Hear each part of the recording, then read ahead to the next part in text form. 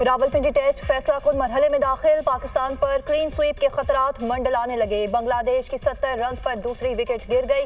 जाकिर हसन 40 और शादमान इस्लाम 24 रन बनाकर आउट। मीर हमजा और खुरम शहजाद ने एक एक विकेट ली। बांग्लादेश ने 2 विकेटों पर 80 रन बना लिए। कौमी टीम दूसरी इनिंग्स में 172 रन पर ढेर हो गई। बांग्लादेश को मैच जीतने के लिए 185 रन का हदफ मिला। महकमा मौसमियात की आज रावलपिंडी में बारिश की पेशगोई।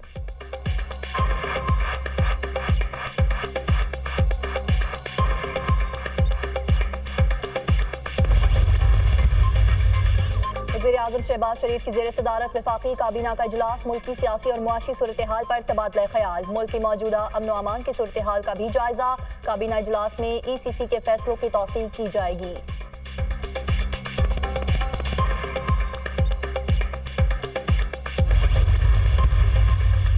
सरकारी मुलाजमीन की जानिब से बगैर इजाज़त सोशल मीडिया का इस्तेमाल। वफाकी हुकूमत ने सरकारी मुलाजमीन के बगैर इजाज़त सोशल मीडिया इस्तेमाल पर पाबंदी आयद कर दी। एस्टैब्लिशमेंट डिवीजन ने ऑफिस मेमोरेंडम जारी कर दिया। सरकारी मुलाजमीन बगैर इजाज़त कोई भी मीडिया प्लेटफॉर्म इस्तेमाल नहीं कर सकते। सरकारी मालूमात और दस्तावेजात अफशा होने से रोकने के लिए यह फैसला किया गया। सरकारी मुलाजिम बगैर इजाज़त सोशल मीडिया पर इजहार राय या बयानबाजी नहीं कर सकता। हिदायत की खिलाफ वर्जी पर सरकारी मुलाजिम के खिलाफ सख्त कार्रवाई की जाएगी। मेमोरेंडम।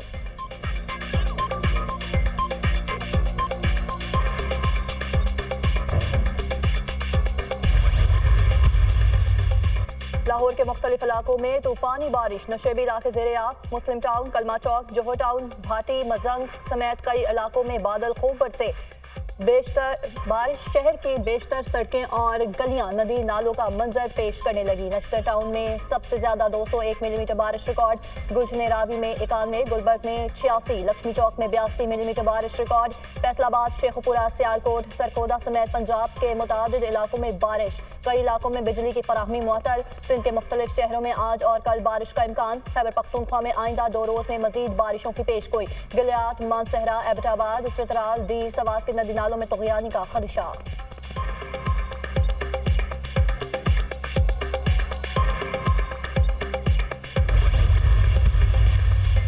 नौ मई मुकदमात में मिलिट्री कोर्ट ट्रायल। बानी PTI ने फौजी तहवील में ना देने के लिए इस्लामाबाद हाई कोर्ट से रुजू कर लिया। दरख्वास्त में सेक्रेटरी कानून, सेक्रेटरी दाखिला, वफाक और IG इस्लामाबाद को फरीक बनाया गया।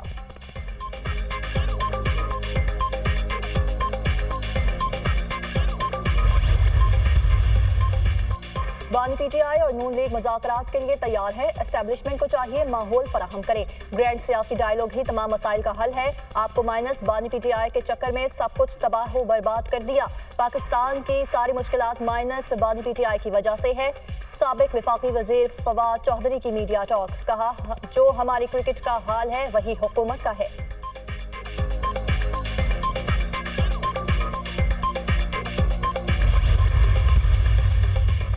सुप्रीम कोर्ट में जजेस की तादाद बढ़ाने का तरमीमी बिल सेनेट में पेश। सुप्रीम कोर्ट जजेस की तादाद बढ़ाकर 21 करने का बिल सेनेटर अब्दुल कादिर ने पेश किया। अपोजिशन के बिल की मुखालफत, अरकान का शदीद एहतजाज और नारेबाजी। चेयरमैन सेनेट ने बिल मुतालिका कमेटी को भेज दिया। सुप्रीम कोर्ट ने 53,000 से जायद केस ज़ेर इल्तवा है। सुप्रीम कोर्ट में केस आते हैं 2 साल लग जाते हैं। मेरे ख्याल में तो 16 जजेस बढ़ने चाहिए। सेनेटर अब्दुल कादिर का इजहार ख्याल, बिल बगैर पढ़े नो कह देना बेहतर रवैया नहीं है। पेशावर हाई कोर्ट ने 10 जजेस का इजाफा मांगा है। वहाँ PTI की हुकूमत है, वो जजेस इन्हें दे रहे हैं। वज़ीर कानून आज़म नज़ीर तारड़ की गुफ्तगू, जुडिशल मार्शल लॉ की कोशिश की जा रही है, इसलिए 7 जजेस मांगे जा रहे हैं। सेनेटर अली जफर का मुतालिबा।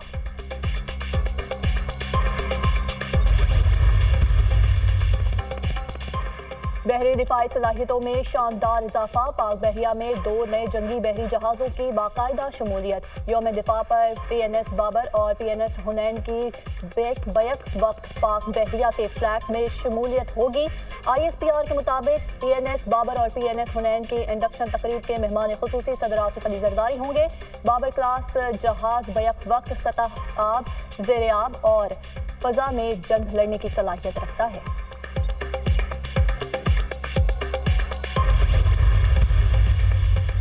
और पर इसराइली वज़ीर-ए-आज़म नेतन्याहू ने यरगमालियों की रिहाई में नाकामी पर कौम से माफ़ी मांग ली।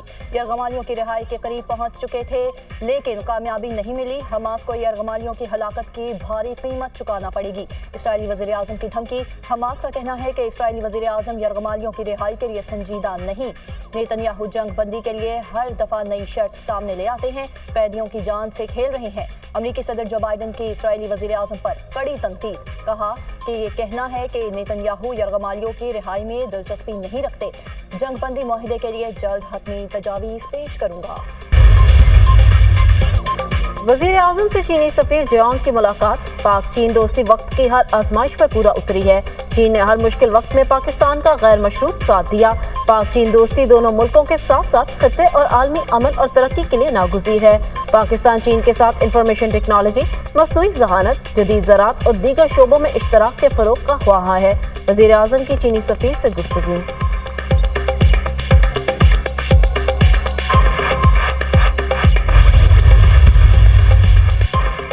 इसराइली वज़ीर-ए-आज़म नेतन्याहू ने यरगमालियों की रिहाई में नाकामी पर कौम से माफ़ी मांग ली। यरगमालियों की रिहाई के करीब पहुंच चुके थे लेकिन कामयाबी नहीं मिली।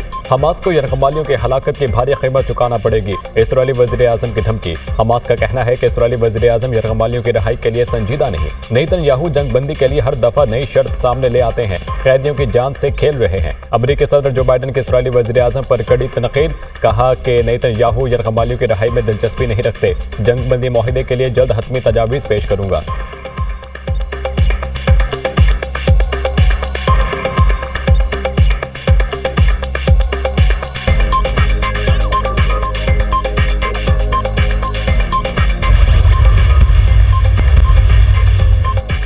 बरतानवी हुकूमत की इसराइल को हथियारों की फ्राहमी पर नजरसानी। हथियारों की फरोख्त के 30 लाइसेंस मुअत्तल कर दिए। बाज़ हथियार इंसानी हकूक़ की खिलाफ वर्जियों में इस्तेमाल होने का खदशा था।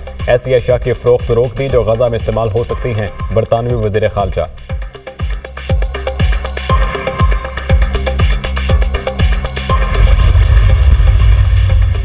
इलामा इकबाल एयरपोर्ट पर टेक ऑफ करते हुए तैयारे से परिंदा टकरा गया। एयरलाइंस हुक्काम के मुताबिक परिंदा टकराने से तैयारे के एक इंजन को नुकसान पहुंचा।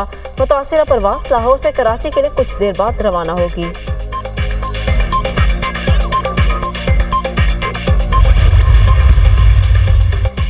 अमेरिका में इंतखाबी मुहिम दिलचस्प मरहले में दाखिल। जो बाइडन और कमाला हैरिस डोनाल्ड ट्रंप को शिकस्त से दो चार करने के लिए पुराज़म। ट्रंप को शिकस्त देंगे, कमाला हैरिस को अमेरिका का सदर बनाकर तारीख रकम करेंगे। जो बाइडन का पेंसिल्वेनिया में इंतखाबी रैली से खिताब। ट्रंप पसमानदा सोच का मालिक है, हमें माजी में ले जाना चाहता है। कमाला हैरिस के ट्रंप पर तनकीद। अमेरिकी टीवी को इंटरव्यू में ट्रंप ने कहा कि दोबारा जिंदगी इसलिए मिली कि मैं मुल्क के हालात दुरुस्त कर सकूं। कमाला हैरिस अमेरिका के सदर बनने की अहलियत नहीं रखती।